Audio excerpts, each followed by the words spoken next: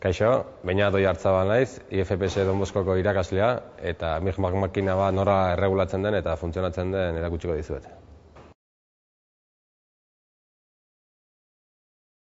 Lehenik eta behin oinarrizko funtzionamenduarekin hasiko gara. Soldaketa mota hau, zirkuito labur kontrolatu baten bidez metalezko aria urtutzean datza. Prozedura hau gaus inerte eta aktibo batekin babesten da. Bigarrenez, parametro nagusiak aztertuko ditugu. Tentsioa, ari emaria, gas emaria. Aipatutako 3 parametroek soldatzen makinaren 3 zirkuitoak kontrolatzen dituzte. Tentsio zirkuito elektrikoarekin dago erlazionatuta, gasaren emaria gas zirkuitoarekin eta ariaren abiadura ariaren zirkuitoarekin. Intentsitatearen parametro aldiz ez da zuzenean erregulatzen, beste parametro batzuen bitartez baizik. Ondoren, aipatutako zirkuitoen azalpena mantentzea eta erregulazioa azalduko ditugu. Zirkuito elektrikoa 2 helburu nagusi ditu. Alde batetik, soldatu beharreko pieza eta gehitzen den aria urtutzeko beharrezkoa den berotasuna lortu. Bestetik, makinaren funtzionamendu eta erregulazioa kontrolatzen da. Zirkuito elektrikoak ondorengo elementuak ditu. Argi indarra, transformadorea, errektifikatzailea, plaka elektronikoa, tentsio potentziometroa. Ari abiaduraren potentziometroa, martxa etengailua. Aipatutako elementuen egin beharrak ondorengoak dira. Argi indarra, entxufe baten bitartez argi indar sareari konektatzen zaio. Transformadorea. Transformadore honek sareko tentsio altua murrizten du.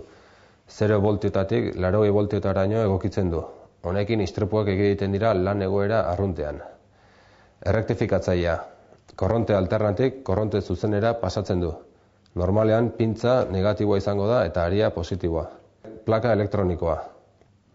Honek soldatze tentsioa, ariaren abiadura eta gas emaria kontrolatuko ditu, soldatzailearen desioaren arabera.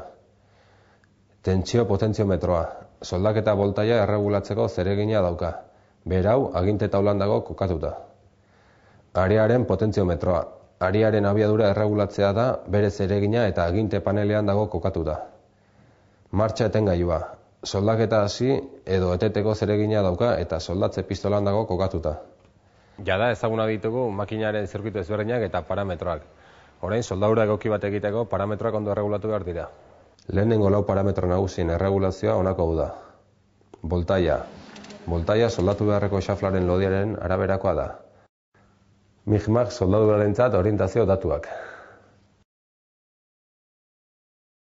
Ariaren abiadura. Ariaren abiadura voltaiaren erregulazioarekin zuzenki erlazionatua dago. Erregulazio honetan ondorengo kasuak eman daitezke. Ariaren abiadura handiegia, voltaia ez da nahiko ateratzen den ari guztia urtzeko. Soldadura irregularra dela eta ariak antortxa atzerantz bultzatzen duela konturatuko gara. Arazo konpontzeko era, voltaia handitzea edo ariaren abiadura gutxitzea da. Ariaren abiadura txikia. Voltaia handiegia da ateratzen den ari emari txikiarentzako. Arazo konpontzeko era ariaren abiadura handitu edo voltaia txikitzean datza. Voltaia eta ariaren abiaduraren arteko oreka zuzena. Soldadura naiz soinua zein kordoia erregularrak dira. Gasaren emaria. Lehen aipatu bezala ondorengo formularen bitartez kalkulatzen da. 4. parametroa intentsitatea da. Eta 2 modu daude erregulatzeko. Lehen ikusi dugun bezala voltaiaren bitartez edo bestela distantzia bariatuz. Pistolaren altuera. Zenbat eta handiagoa izan altuera, orduan eta distantzia handiagoa dago toberaren eta arkuaren artean. Distantzia honek erresistentzia handia suposatzen du intentsitatearen ibilbiderako. Ikusten den bezala, distantzia luzearekin intentsitate gutxi du eta ez da iristen funditzea. Hemen berriz, distantzia gutxitzean intentsitate handia eta funditzen du. Laburbilduz, hauek dira jarraitu beharreko pausu garrantzitsuenak. Soldatzeko makinaren oinarrizko funtzionamendua.